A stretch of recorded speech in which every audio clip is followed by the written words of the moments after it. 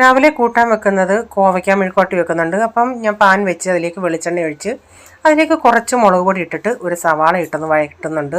അപ്പോൾ ഈ കോവയ്ക്കകത്ത് ഞാൻ ഇച്ചിരി ക്യാരറ്റ് ഉണ്ടായിരുന്നു, അതുകൂടെ ഒന്ന് അരിഞ്ഞ് ചേർത്തിട്ടുണ്ട്. അപ്പോൾ ഇത് തീ ഒന്ന് കുറച്ചിട്ടാണ് ഞാൻ ഇപ്പോൾ മസാലയൊക്കെ ഇട്ടേക്കുന്നത്. എന്നിട്ട് ഇതിട്ട് ഇച്ചിരി നേരം ഞാനിതൊന്ന് ഈ കോവയ്ക്ക ഒന്ന് ഉപ്പി പറ്റിച്ചേ.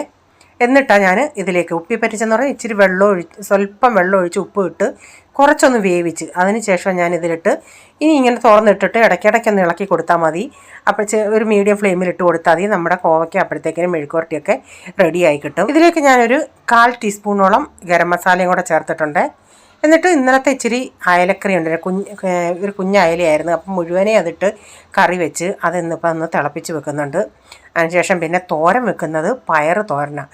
അപ്പം ഞാൻ പയർ അരിഞ്ഞിട്ട് അതിൽ സവാളയും അരിഞ്ഞ് തേങ്ങയും ചേർത്ത് മഞ്ഞൾപ്പൊടിയും കറിവേപ്പിലയും ഉപ്പും ഒക്കെ ചേർത്ത് മഞ്ഞൾപ്പൊടിയൊക്കെ ചേർത്ത് നന്നായി കൈയും കൊണ്ടൊന്ന് ഞെവിടി എടുത്തിട്ടുണ്ട്. എന്നിട്ട് ചീനച്ചട്ടി വെച്ച് ഇതിലേക്ക് ഇത്തിരി കടുകിട്ട് പൊട്ടിച്ചതിന് ശേഷം ഈ കൈ കൊണ്ട് നന്നായി ഞെവിടിയെ ഈ പയർ ഇതിലിട്ട് എടുത്തിട്ടുണ്ട്. വെള്ളം ഒത്തിരി ഒഴിക്കേണ്ട. ആ പാത്രത്തിൽ ഇത്തിരി തേങ്ങയുടെ പീരയും അതൊക്കെ ഇരിക്കുമല്ലേ, നമ്മുടെ കയ്യിലൊക്കെ ഒന്ന് വെള്ളം മസാല കളയണമല്ലോ.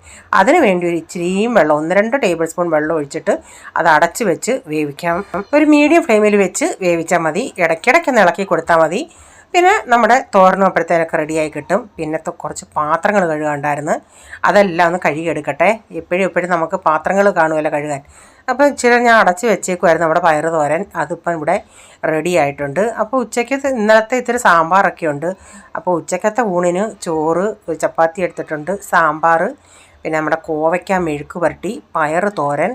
അപ്പോൾ ഈ മീൻ വറ്റിച്ചത്, നമ്മൾ ഇന്നലത്തെ മീൻ കറി, ഇന്നത് ഒന്നുകൂടെ കുറേ നല്ല ടേസ്റ്റായിട്ടിരിക്കുന്നത്. നന്നായിട്ട് പുളിയൊക്കെ പിടിച്ച് നല്ല അടിപൊളി ടേസ്റ്റായിരുന്നു.